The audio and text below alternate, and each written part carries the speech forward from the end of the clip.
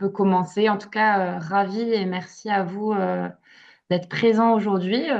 Pendant 1 heure, on va se parler des métiers de la communication publique et plus particulièrement de la participation citoyenne avec Julien, qui sera là pour répondre à toutes nos questions et puis qui sera là aussi pour nous parler de son parcours et de ses missions au quotidien. Je vous propose qu'on commence tout de suite. Alors, tout d'abord, pour se présenter un petit peu, cette webconférence, enfin, ce talk métier est organisé par Profil Public. Profil Public, c'est la plateforme d'emploi qui est dédiée à l'emploi public. C'est à la fois un média qui permet aux candidats de découvrir la variété des métiers du service public et les projets qui y sont menés. C'est une plateforme d'emploi où vous allez retrouver tout le panel de l'emploi public. C'est également une plateforme qui permet de s'immerger à travers des pages employeurs dans l'environnement de travail des institutions qui recrutent. Donc, pour rappeler un petit peu les règles de bienséance du talk métier, comme je le disais, et pour ceux qui viennent d'arriver, l'idée, c'est que vous puissiez garder vos caméras allumées. Ça permet d'être plus convivial. Mais par contre, de bien penser à couper vos micros. Et l'idée, c'est que vous puissiez poser au fil de l'eau vos questions à Julien pour qu'il puisse vous y répondre pendant la webconférence. Et on se gardera aussi un petit temps à la fin pour pouvoir échanger si vous avez encore des questions en fin de webinaire. Pour vous en dire 2 mots, ce webinaire, du coup, il est organisé par Profil Public dans le cadre d'un programme qu'on a lancé il y a maintenant 3 ans qui s'appelle le programme Ambassadeur Profil Public. Ce programme, en fait, il rassemble une quinzaine de jeunes étudiants ou jeunes agents publics, ou en tout cas des personnes qui se prédestinent au métier de la fonction publique et qui, à nos côtés, vont justement organiser ces talks pour pouvoir explorer les métiers de la fonction publique, échanger avec des acteurs publics en poste pour pouvoir avoir des retours d'expérience, mais aussi savoir un petit peu les différents parcours d'orientation qui sont possibles et qui s'offrent à eux, et qui co-construisent aussi à nos côtés des études sur la fonction publique et tous les enjeux d'attractivité de ces métiers. Sont présents aujourd'hui ces ambassadeurs qui participent aussi à choisir les thématiques métiers qui sont abordées dans le cadre de ces talks. Nous accueillons aujourd'hui Julien Bosc, qui travaille à la ville de Marseille et qui est chef de projet participation citoyenne, attaché territorial et qui a fait un début de parcours dans la communication publique. Bonjour Julien, je te laisse Bonjour, peut-être nous bonjour. dire 2 mots sur toi. Ouais, ben, très rapidement, bonjour à tout le monde. Ravi de participer à ce talk. Moi, je viens d'une formation, on va dire, classique dans la fonction publique parce que j'ai fait un IEP à Aix-en-Provence sur un master en journalisme et métier de la communication publique. On va dire que très rapidement, j'ai songé à aller vers les métiers du secteur public parce que j'étais plus ou moins, on va dire, conditionné par des retours de proches familiaux voilà, qui m'ont incité à regarder les métiers du service public et aussi par un goût très personnel voilà, pour les métiers de la communication publique, de l'intérêt général. Et c'est pour ça que, on va dire que mon premier stage dans un service de presse à la mairie de Marseille, un stage long, m'a confirmé cette envie d'aller vers le service public et de chercher mon premier emploi dans des institutions locales et ensuite de passer le concours d'attaché quand j'étais en poste. Voilà. Du coup, ça répond effectivement à ma première question. Mm. Ton parcours et tes débuts dans la communication publique. Ce que j'entends, c'est Ouais, aussi que tu as commencé du coup à la ville de Marseille, où tu es ouais, aujourd'hui. c'est ça. Toi, au début, c'était quoi tes motivations à rejoindre la fonction publique et à te diriger vers les métiers de la communication? Alors, les métiers de la communication, c'est devenu, je pense, très tôt, même dès le lycée, parce que j'avais, on va dire, plutôt des bons résultats dans les matières liées au français, aux langues, à l'histoire géo, etc. Et ben, j'aimais bien le journalisme, j'aimais bien écrire. Je me suis intéressé très tôt au métier de différents médias, à la radio, dans la presse écrite. Donc j'ai fait quelques stages aussi dans ces métiers-là. Parce que aussi j'avais cette envie de participer au travail en local sur le territoire marseillais.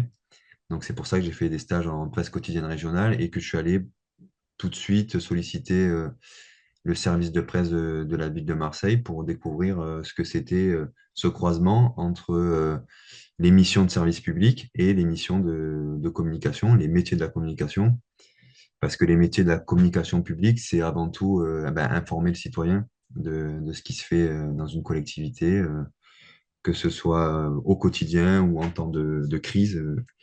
Si les citoyens rencontrent des problèmes dans leur quotidien face à des événements climatiques ou à tout type de problèmes. Donc, c'est ça le principal moteur de l'action en communication publique. Et après, il y a bien sûr l'aspect politique aussi, de travailler pour valoriser une politique publique, émettre des recommandations stratégiques pour valoriser la parole d'une institution et de son autorité territoriale avec le maire et les élus. Voilà, donc ça s'est construit comme ça. Et puis, ça a fait sens pour moi quand je suis arrivé en stage dès 2016 au service presse de la mairie de Marseille.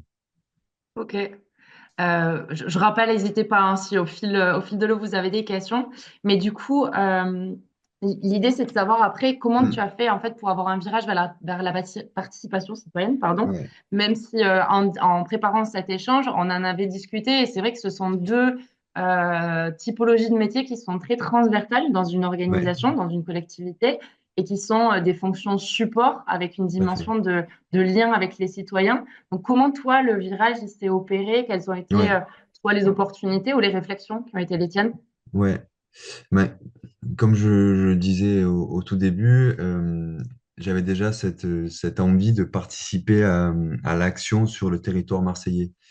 Euh, et donc, d'avoir travaillé en totale transversalité avec l'ensemble des services municipaux quand j'étais au service de presse, euh, ça m'a renforcé dans l'idée de continuer dans cette carrière-là, de rester sur des fonctions très transversales, de parler à l'ensemble des services et surtout de mettre un peu à disposition ma connaissance du territoire et surtout du fonctionnement de l'administration.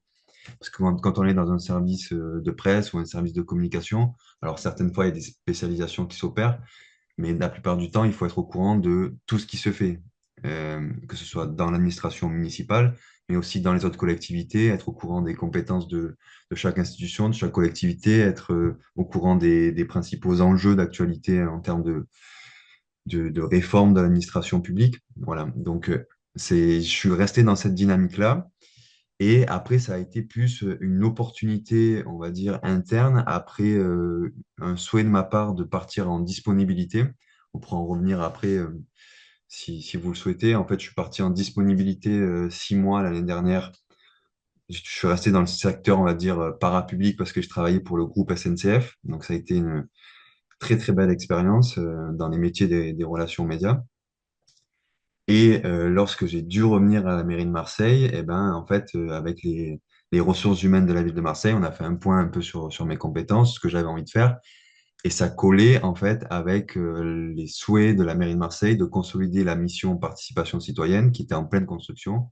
Et donc, ça collait avec mon ambition personnelle et le souhait de cette mission d'avoir une personne qui connaisse aussi assez bien Un les ancrage services municipaux. territorial. Voilà. Et cet ancrage aussi sur la ville. Ouais. Ok. J'ai cru voir une main levée de Mélodie. N'hésite pas si tu as une question. Oui, bonjour. Bonjour. Alors moi j'avais une petite question. Vous aviez dit que vous aviez passé du coup le concours d'attaché territorial. Ouais. C'était pour savoir quelle spécialité vous aviez choisi et aussi quels conseils vous donneriez pour la réussite de ce concours. J'ai passé les épreuves écrites il y a Ok, quel- là. il y a quelques semaines. Donc voilà, c'était pour avoir voilà quels conseils vous donneriez à quelqu'un qui passe ces concours. Ben oui, alors j'ai passé le concours en 2021, à la sortie Covid, en administration générale, c'est la spécialité. Ben, ce qui m'a moi beaucoup servi, c'est d'être déjà en poste en fait sur un métier du service public. Donc ça m'a permis déjà d'avoir les réflexes un peu de notes, pour l'épreuve de notes de synthèse. Et après, les conseils, on pourra y revenir aussi peut-être plus tard, mais les conseils pour moi, ce qui sont évidents, c'est être au courant, vraiment très au fait de l'actualité, des réformes et des enjeux pour l'administration publique. En 2020-2021, c'était forcément les sujets de santé qui étaient au centre de l'actualité. Et donc, ben forcément, il faut lire la Gazette des communes. Moi, j'incite à lire beaucoup la presse quotidienne régionale parce que forcément, il y a des liens avec ce qui se fait dans les collectivités. Et voilà, après, pour la préparation de l'oral, il faut pas hésiter à aller solliciter les collègues en interne, les collègues sur toutes les fonctions, de toutes les catégories, même s'ils n'ont pas le concours d'attaché, c'est des fortes ressources pour être mieux à même de répondre aussi aux attentes du jury à l'oral. Merci beaucoup. Et si on revient sur le fil justement une Ouais, fois que tu as fait la bascule vers les métiers que tu es revenu à la ville de Marseille pour ouais. travailler sur ce nouveau pôle en reconstruction, ou en tout cas en Mhm. structuration au niveau de la participation citoyenne, Ouais. quelles justement étaient à la fois les compétences qu'on t'a reconnues en tant que Mhm.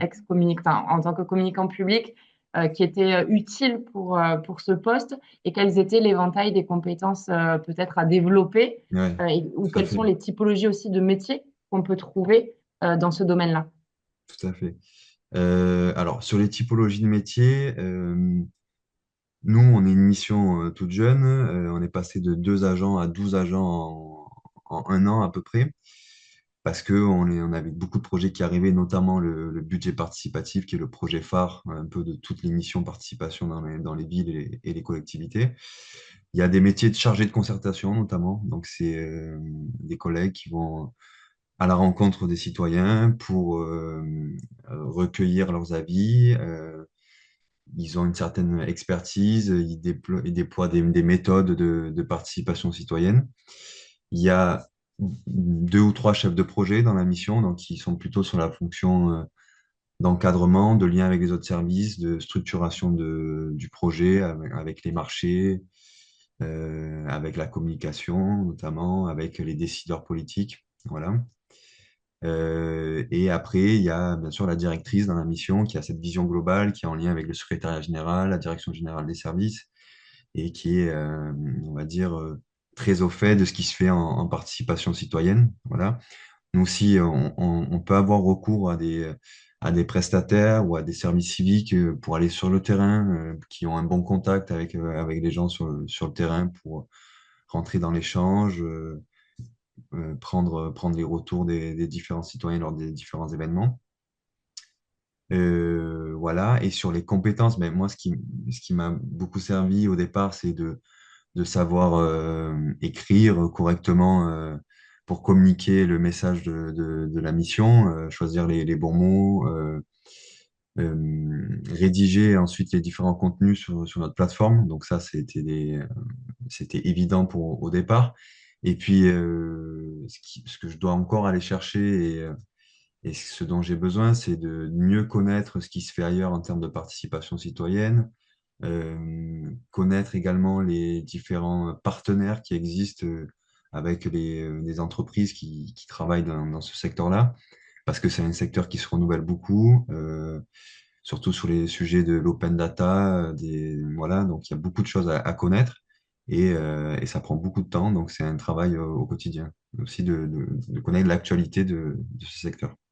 Les solutions qui peuvent être déployées en termes de participation, j'imagine avec le numérique aussi, il y a sans doute beaucoup de choses qui se Tout à fait, développent. Donc être en tout à veille fait. sur les innovations Tout à et ce fait, que ouais, ouais. font les autres collectivités.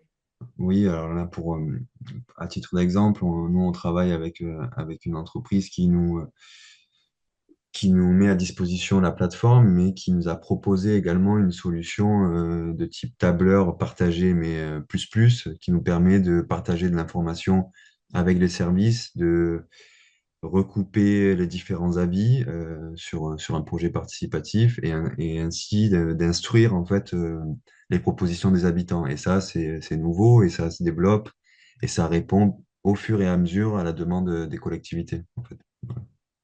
Très clair. Arnold, j'ai vu que tu avais une question.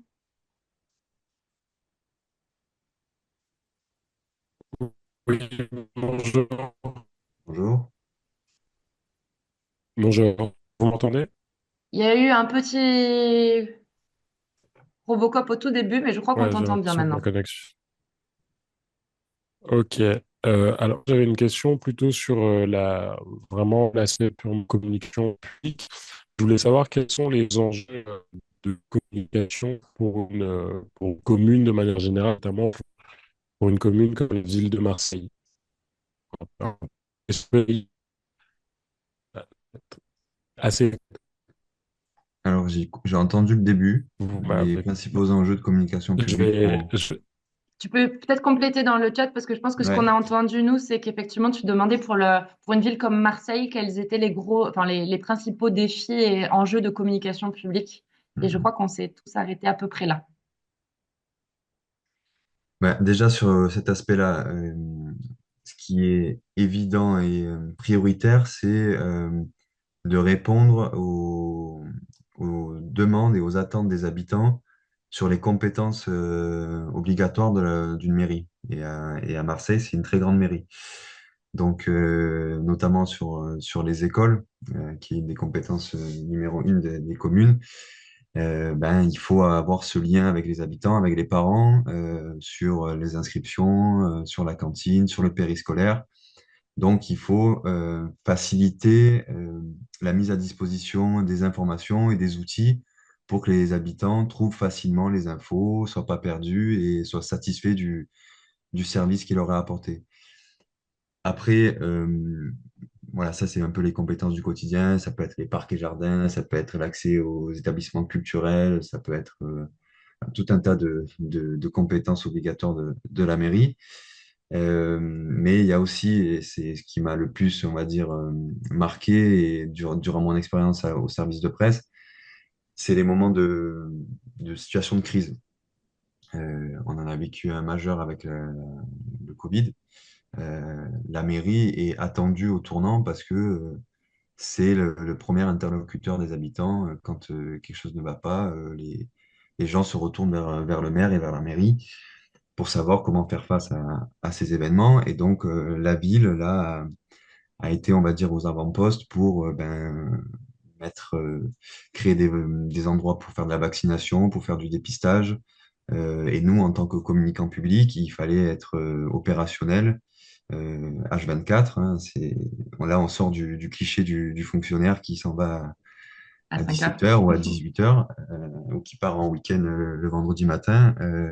Là, il fallait être dispo tous les week-ends, même en crise, même à cette époque-là, on a subi une cyberattaque à la mairie de Marseille, donc on avait ce croisement de deux crises majeures, donc il a fallu s'adapter avec des outils externes pour faire face aux demandes des habitants et aux demandes du maire à l'époque, voilà, pour mettre à disposition des outils de santé publique, qui étaient indispensables. Et après, on s'est fortement engagé, notamment sur la crise des réfugiés ukrainiens à Marseille, parce qu'il y a eu beaucoup d'Ukrainiennes et d'Ukrainiens qui sont arrivés à Marseille. Donc, mettre à disposition des lieux d'accueil, ça veut dire que ben, le service presse est présent sur place pour gérer les journalistes qui essaient parfois d'aller au contact des réfugiés, qui essaient d'aller au contact des associations qui n'ont pas forcément le temps ni envie de dire ce qu'ils sont en train de faire parce que c'est aussi sensible comme situation. Donc voilà, donc, c'est un peu les différents enjeux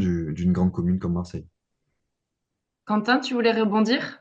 Oui, bonjour. C'est un peu Bonjour. dans la continuité. Je me posais la question, est-ce que vous avez beaucoup de conflits, entre guillemets, à gérer ou comment vous les gérez avec les citoyens qui sont, entre guillemets, en désaccord avec les décisions de la ville? Et comment est-ce que vous faites pour faire face à ça? Alors, là, je pense que tu fais écho plutôt à la relation usagée. Ouais, Euh, exactement. Sur le terrain, potentiellement. ouais. Alors, à ce jour, à la mairie de Marseille, il y a une mission qui a été montée depuis quelques mois, quelques années, qui est en charge de la relation usager, d'améliorer en fait les méthodes de retour de réponse aux usagers, notamment sur l'application et le service qui s'appelle Allo Mairie à Marseille, qui est un numéro joignable tout le temps pour les citoyens. Donc, ils sont en train de travailler là-dessus pour améliorer les réponses, que les informations soient plus fiables, plus rapides à être dévoilées au public. Euh, voilà. Après, en termes de conflits, c'est aussi les réseaux sociaux qui sont plus, on va dire, face à ces remontées négatives, on va dire, des habitants. Nous, au service presse, on était face aux journalistes. Donc, on avait peut-être parfois les journalistes qui étaient dans la contradiction pour nous dire, ben non, les habitants, là, ils attendent votre réponse, c'est pas normal, c'est trop long. Donc là, ce qu'on fait, c'est en général, ben, il faut essayer de gagner du temps pour trouver la meilleure réponse et expliquer aux journalistes que les services municipaux dorment pas, ils sont bien en train de travailler, et que la réponse va arriver dans l'intérêt du public. Voilà. Donc c'est tout un travail quand même de ménager quand même la communication des élus et de la mairie, tout en donnant la bonne information au bon moment aux journalistes et aux citoyens. C'est clair. Et il y avait Cyprien aussi, je crois, qui avait une question.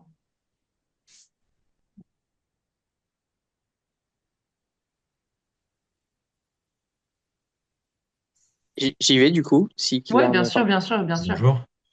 Bonjour, je voulais savoir, parce que moi aussi j'ai travaillé dans un service presse d'une grosse collectivité, je voulais savoir à quel point vous étiez en lien avec le cabinet et en gros le maire euh, lors de vos missions, si vous étiez plutôt de l'autre côté ou si vous étiez très très lié au cabinet. Et aussi également, par curiosité, savoir combien vous étiez dans le service presse de la mairie. C'est un audit sur le service de presse. Ouais, Non, c'est pour comparer avec mon ouais, non, expérience. bien sûr, c'est super intéressant. On le faisait souvent aussi d'essayer de voir comment ça se passait ailleurs. Bah, sur les relations cabinet, j'ai envie de te dire que ça évolue, ça peut évoluer très rapidement. Euh, moi, j'étais au service de presse de la mairie avant 2020, donc avant les élections municipales. J'ai connu toutes les formules, un lien très proche, comme un lien plus distendu, on va dire. En général, ce qui fonctionnait bien chez nous, c'est quand même une directrice de la communication ou de l'information, on l'appelle vous l'appelez comme vous voulez, mais qui est proche du cabinet et qui se fait le relais du cabinet auprès des services Internet, numérique et presse. Donc ça, pour moi, c'est la formule qui fonctionnait le mieux. Euh, voilà, donc on avait des liens, on va dire, quotidiens aussi avec la conseillère communication du maire de Marseille, qui est une conseillère cabinet. Donc voilà, il y avait deux personnes, on va dire, qui étaient le lien du cabinet du maire et du maire, parce que forcément, quand on va sur le terrain, après, on n'est plus en lien avec les conseillers ou avec la directrice, on est le tampon entre les journalistes et le maire ou ses adjoints. Voilà. Et après, en termes d'effectifs, ben aussi, ça a été très fluctuant. Au plus haut niveau de notre forme, on va dire, on a été une dizaine avec 6-7 attachés de presse, un chef de service et deux assistantes de service. Et au plus bas, peut-être 4-5. Voilà. Quand il y avait des vagues de recrutement importantes au moment du renouvellement politique. Ok, merci. Et on revient un petit peu sur du coup ton métier actuel et Ouais. la participation citoyenne. Tu as parlé effectivement des budgets participatifs qui sont un peu les projets phares de ce type de mission. Est-ce que tu as d'autres exemples de projets pour qu'on puisse voir la variété des projets ou un projet par exemple qui te tient particulièrement à cœur, dont tu es fier? Ben, alors, je vais quand même faire juste un petit récap sur le budget participatif parce que à Ouais. la mairie de Marseille, un petit rattrapage à effectuer là-dessus. Les grandes communes françaises l'ont lancé aux alentours de 2014-2015. Nous, on a démarré l'année dernière. Donc l'enjeu, c'était déjà de répondre à une aspiration citoyenne et de se mettre à la page. Et ce premier budget participatif, la volonté, ça a été d'aller d'abord vers les quartiers nord de Marseille. Donc, par rapport à notre effectif, par rapport à notre capacité d'agir en interne, ce qui a été retenu, c'est de découper, on va dire, le budget participatif en deux phases. Une phase, on va dire, quartier du nord de la ville et une phase quartier du centre, quartier du sud, quartier est de Marseille. Donc, on a fait d'abord les quartiers nord. C'était une volonté politique aussi d'aller réparer peut-être un manque d'écoute ou un manque aussi d'infrastructures dans ces territoires-là. Donc, ça a été un gros boulot avec ma directrice Louise Guillot, de mettre en place les méthodes, voilà, de créer toute l'architecture interne d'un budget participatif qui n'existait pas à la mairie de Marseille. Et là, on termine la phase de vote et les projets lauréats seront annoncés samedi par le maire de Marseille. Donc, il y a eu un bel engouement derrière ce premier budget participatif, ce qui nous a permis d'ailleurs d'obtenir pour l'année prochaine l'organisation des rencontres nationales des budgets participatifs à Marseille. Là, c'était à Nancy cette année et ça sera l'année prochaine, je crois, à l'automne, à Marseille. Donc, je crois que Super. l'ensemble des organisateurs du budget participatif sont heureux de venir à Marseille. Voilà, donc ça, c'est vraiment le gros de notre activité. Les chargés de concertation ont beaucoup bossé aussi, même s'ils ont des projets autres que le budget participatif. Tout au long de l'année, toute la mission, tout le monde de la mission mettent la main à la pâte pour mener à bien le projet du budget participatif. Ensuite, moi, je suis en charge de la plateforme numérique. Donc, c'est un projet à part entière. On est en train de monter un comité de pilotage, un comité technique interne pour gérer cette plateforme. Parce que le but de cette plateforme numérique, qui est une plateforme de participation citoyenne, c'est de donner à voir l'ensemble des projets qui impliquent les citoyens à Marseille. Et il y en a des dizaines et des dizaines, il y en a de plus en plus. Et pour l'instant, ils sont éparpillés sur le site marseille.fr en fonction des actualités.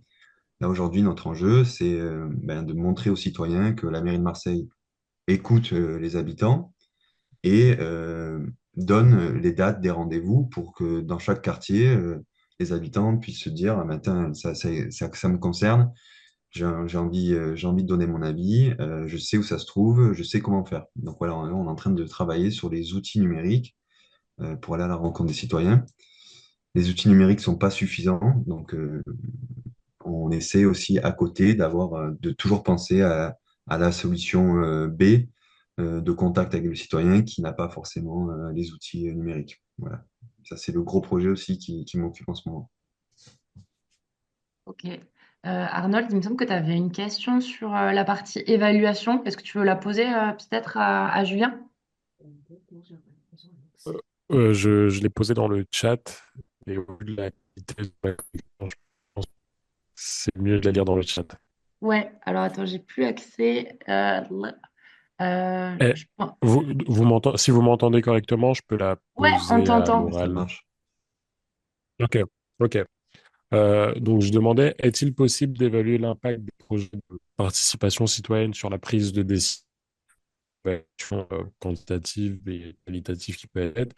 Et si oui, comment est-ce que comment est-ce que vous l'évaluez, pardon? Alors, Ouais, euh, je pense. alors, si j'ai bien compris, sur la partie évaluation de l'impact de nos projets sur la prise de décision et on va dire l'engagement des citoyens, déjà il y a une partie qui est claire, c'est le budget municipal. Là, pour le moment, on est dans une phase d'expérimentation sur ces nouveaux projets à la mairie de Marseille. Il y a une partie du budget qui est consacrée, qui est plutôt pour l'instant assez, on va dire, modeste. C'est 500 000 euros par secteur. Donc, on a donné 500 000 euros par secteur. Il y a 8 secteurs à Marseille. Donc, voilà, par exemple, sur les quartiers nord, il y avait 3 secteurs concernés. Donc, il y avait 1,5 million qui concernait ce budget participatif. Après, sur une évaluation purement quantitative aussi, Euh, on développe également des outils avec notre prestataire de plateforme en ligne qui nous permet de savoir combien de personnes ont participé, quelle typologie de personnes c'est en termes de catégories socio-professionnelles, en termes d'âge, en termes d'habitation, ce qui nous permet ensuite d'adapter notre mobilisation sur le terrain pour les futures éditions. Voilà, après, il y a tout un volet aussi qu'on est en train d'explorer, de démarrer avec les missions évaluation de la ville de Marseille, les missions prospectives et évaluation, pour savoir si ce qu'on a fait a répondu aux attentes des citoyens et a permis de répondre à l'aspiration très précise d'infrastructures dans tel ou tel quartier. Voilà, donc ça, c'est toujours en cours de construction, mais je pense qu'on aura davantage d'éléments quand on aura complètement terminé, par exemple, la première édition du budget participatif, car là, on a terminé la phase de vote et on va rentrer dans la phase de construction des projets avec des micro-concertations par projet, par quartier. Donc, ça sera plutôt en fin d'année 2025 qu'on aura un vrai retour sur, on va dire, l'investissement, le temps de travail de cette nouvelle mission en termes de participation citoyenne. Merci. Alors, j'ai juste un petit souci. Attendez. J'ai un petit souci de partage, désolé. Je crois qu'il y avait une question dans le chat sur les Ouais, 500 000 euros, mais je ne l'ai pas si bien tu vu la ça. vois, je veux bien que tu y répondes le temps que je me Ouais, règle mon outil de je vais voir si partage. j'arrive à la voir. Si vous voulez, je peux vous la poser. Pourriez-vous, s'il Ouais. vous plaît, me dire les 500 000 euros par secteur correspondent à combien de pourcentage de budget annuel de la ville de Marseille?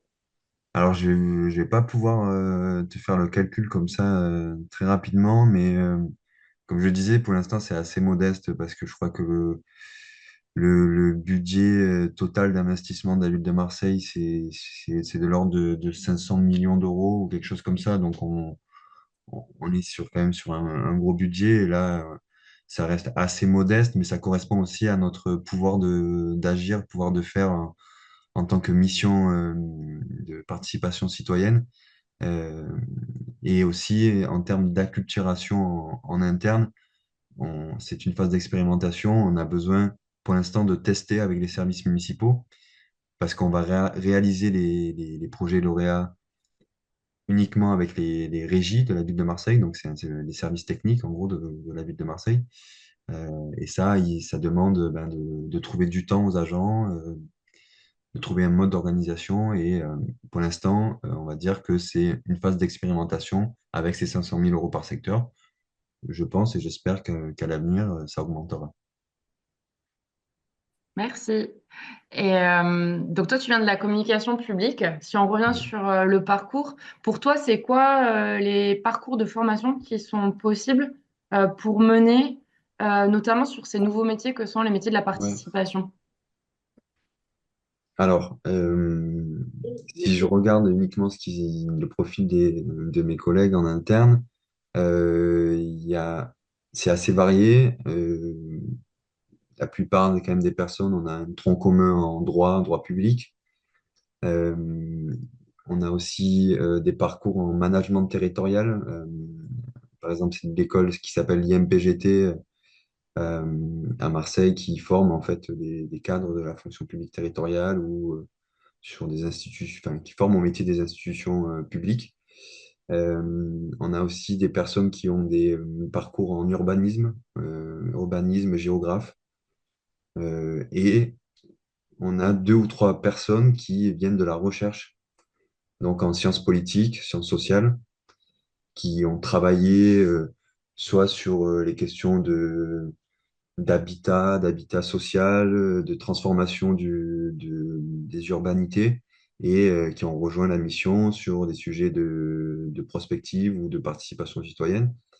Voilà, et puis moi j'ai un profil plutôt IEP, mais je pense qu'en fait, n'importe quel parcours, en fait, en formation droit public, IEP, sciences sociales, sciences politiques, peut trouver sa place dans cette mission-là, parce qu'il y a des expertises croisées, parce que voilà, il y a forcément une expertise, une compétence qui pourront être mis au service des méthodes et des enjeux de participation citoyenne. Ok, merci. Euh, hop. Il y a une autre question sur le parcours. Je pense qu'il y a beaucoup de jeunes ou de jeunes agents qui se posent, et ça a été une des premières questions, la question des concours. Est-ce que ce sont des métiers qui sont plutôt accessibles par la voie des concours, plutôt pas? Qu'est-ce que tu conseillerais par rapport à ça? Et toi, peut-être aussi nous dire deux mots sur ce qui t'a poussé à les passer, à quel moment de ton parcours la question s'est Ouais. présentée, quelles ont été tes motivations? Ouais, bah, en fait, oui, le secteur est accessible via concours, car le concours d'attaché territorial, en fait, il faut ensuite se trouver son poste, contrairement aux IRA ou à l'ENA, ou, voilà, ou à ces concours-là de niveau national.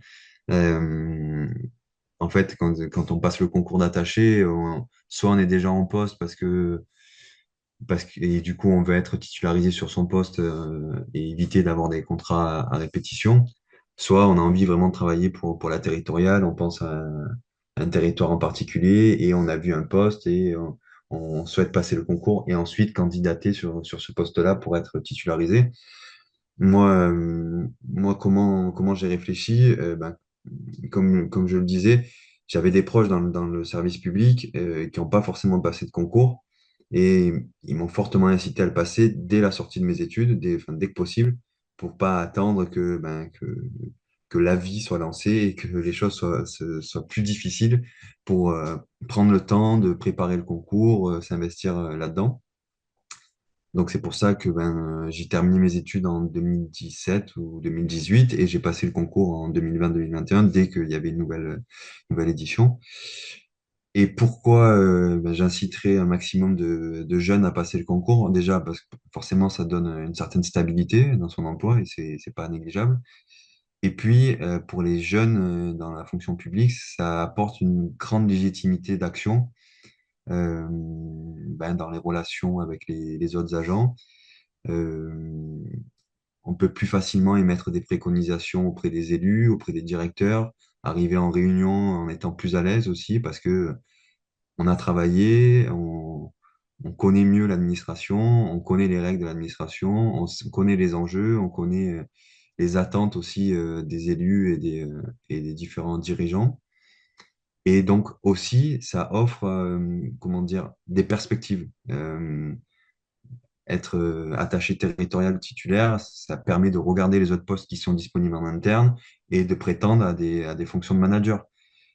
On peut aussi devenir manager en étant contractuel, hein, ça existe, mais si on veut avancer et être totalement légitime, notamment quand on est jeune, de prétendre à des postes de manager, je pense qu'il vaut mieux avoir le concours d'attaché territorial pour connaître les grandes règles de la fonction publique, euh, être à même de réagir quand on a un doute sur, j'en sais rien, les marchés publics ou autre.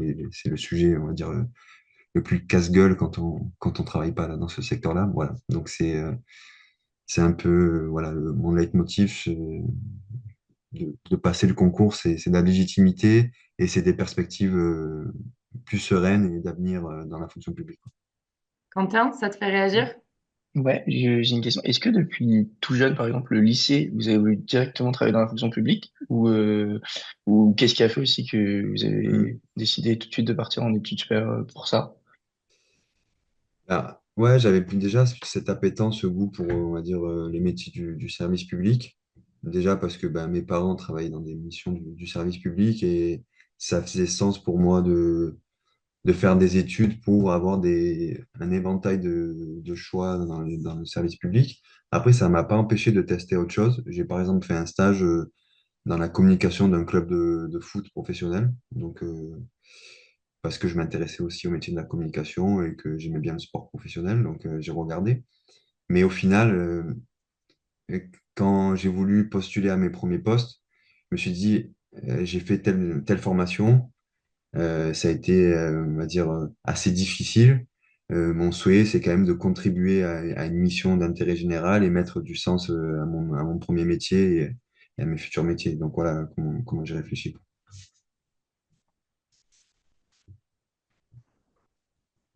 Merci. Ah, il y a Arnold aussi qui a une question. Je vais regarder dans le chat si jamais. Ouais. Dans le contexte actuel, confiance envers les institutions publiques mises à mal, comment vous travaillez pour renforcer la confiance avec les citoyens?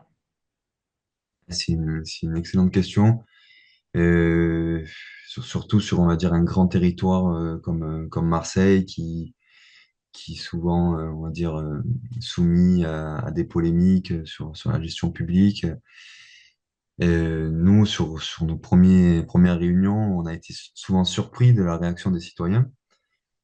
Parfois, des réactions paradoxales parce qu'ils étaient en attente d'un service municipal qui vienne à leur rencontre pour les concerter, pour écouter leurs attentes, mais en même temps très suspicieux quant à l'avenir de l'utilisation de leur idée et de leur projet et de cet argent public qui sera consacré. Et tout l'enjeu, c'est de sortir des schémas habituels où c'est surtout les associations qui sont en lien avec certains services de la ville, qui ont l'habitude d'aller au guichet de subventions publiques pour ouvrir en fait à l'ensemble des habitants, l'ensemble des acteurs associatifs, culturels, sportifs, sociaux, et recueillir en fait leurs besoins, leurs avis. C'est d'aller à la rencontre pardon, de l'ensemble des habitants et d'aller toujours dans cette logique d'équité territoriale. Parce que forcément, bah, du coup, je réponds un peu à la question suivante. Euh, les personnes qui ont plus de facilité à aller vers la politique publique et les affaires publiques et la participation, bah, sont les personnes qui, on va dire, sont mieux dotées socialement ou qui connaissent les institutions ou qui connaissent des personnes dans les institutions, mais pas les personnes qui n'ont pas l'habitude, qui connaissent pas, qui connaissent que le bureau municipal de proximité. Donc voilà, donc il y a vraiment ce grand défi pour nous, c'est de pas uniquement passer par les réseaux constitués d'acteurs associatifs qui connaissent très bien déjà les institutions. Ok, c'est très Ouais, clair. Donc, totalement, on construit une logique totale d'aller vers. Ce qu'on a essayé de faire notamment, c'est d'aller dans un endroit où les collectivités sont pas, les centres commerciaux. On est allé dans les centres commerciaux de la ville, les grands centres commerciaux, avec du mobilier, de la communication, et pour dire, voilà, c'est la ville de Marseille, on est là. On est là pour recueillir vos idées pour un nouveau projet qui s'appelle le budget participatif. Vous allez pouvoir suivre votre idée sur la plateforme numérique et si votre projet correspond aux critères, il sera soumis au vote et s'il gagne l'élection, on va dire, ben, il sera réalisé. Et ça a surpris les habitants et ça en a satisfait beaucoup, quoi. du coup, il y a l'enjeu d'avoir un panel plus diversifié Ouais. de Marseillais qui répondent à vos projets. Il y a quoi encore comme grand défi que tu identifies? Ben, et le deuxième grand défi pour moi, c'est de créer cette culture en interne dans les services municipaux. Euh, Pareil, il y a des habitudes qui se créent, les services municipaux, que ce soit les parcs et jardins, les sports, ou d'autres services qui vont être fortement sollicités sur les projets de participation citoyenne, n'ont pas l'habitude que ce soit un microservice relié à la direction générale des services qui est allé voir les habitants, qui reviennent vers eux pour leur dire, ah ben, en fait, voilà, Ouais, ils pensent pas ça. il va falloir construire, il va falloir réaliser ce tel projet. Parce que d'habitude, on est plus dans une logique, comité de pilotage avec des élus, c'est choisi, c'est voté en conseil municipal, et puis voilà, c'est réalisé. Là, on vient rajouter souvent du travail sur des sujets qui n'ont pas été pensés ou qui sont plutôt complexes à mettre en œuvre. Donc, il y a toute cette culture à créer en interne, une dynamique aussi pour que les services puissent être dans, de- dans une situation confortable pour répondre à la demande des citoyens. Et ça, c'est pas encore, on va dire, le cas, en tout cas à la mairie de Marseille, même si on a de la chance d'avoir des services qui répondent tout le temps à nos demandes, notamment le service des régies. Mais on a ce gros travail, je pense, à effectuer, nos missions de participation citoyenne, de créer une dynamique collective en interne. Et ça suppose une question, je me permets une question. Ouais. Est-ce que finalement, comment s'organise le travail c'est-à-dire est-ce que c'est plutôt vous qui allez vers les services Hmm. pour amener de l'ingénierie de projet, entre guillemets, sur la concertation? Est-ce que c'est des demandes qui émanent des services auxquels vous répondez, ou est-ce que c'est un équilibre entre les Eh deux? ben, exactement, c'est un équilibre entre les deux. Là, on est en train d'élaborer un sorte de schéma de saisine pour que ce soit dans un sens ou dans l'autre, il y ait des règles et qu'elles soient suivies. On a mis en place, rien que ça, c'est nouveau, mais une boîte mail de notre service donc pour qu'on soit bien identifié. Et puis, il y a une formule d'autosaisine où c'est nous, on identifie des projets stratégiques pour la mairie. Et donc, on va à la rencontre du directeur de projet ou du chef de service pour dire là, il va falloir faire de la participation citoyenne et on propose telle et telle méthode. Et puis, il y a le schéma inverse où un projet municipal a besoin de participation citoyenne. Un projet très simple, par exemple, la dénomination d'un lieu, c'est de la participation au minimum, on va dire, un niveau 1, parce que les habitants vont juste être concertés pour choisir le nom du lieu. Et là, par exemple, le service culture a eu besoin de nous et on est en train de leur proposer une méthode pour gérer ce projet-là de participation citoyenne. Donc, ça, ça, ça marche dans les deux sens. Et puis, il y a aussi nos grands projets structurants de la mission, comme le budget participatif et l'Assemblée citoyenne du futur. L'Assemblée citoyenne du futur, c'est une assemblée euh, représentative des habitants de Marseille, qui est une assemblée consultative qui émet des avis euh, mis à disposition ensuite des décideurs. Ok, sur la base d'idées de projets à venir, j'imagine. Ouais, et puis alors il y a des thématiques qui sont choisies par les habitants et par les services municipaux. Et ensuite, cette assemblée de volontaires. Alors l'enjeu, c'est d'avoir des volontaires qui représentent correctement les habitants de Marseille, vont travailler là-dessus durant une année. Et à la fin, ils un- publient un livre blanc pour mettre à disposition ces préconisations auprès des élus et des directeurs. Ok, super intéressant. Mélodie?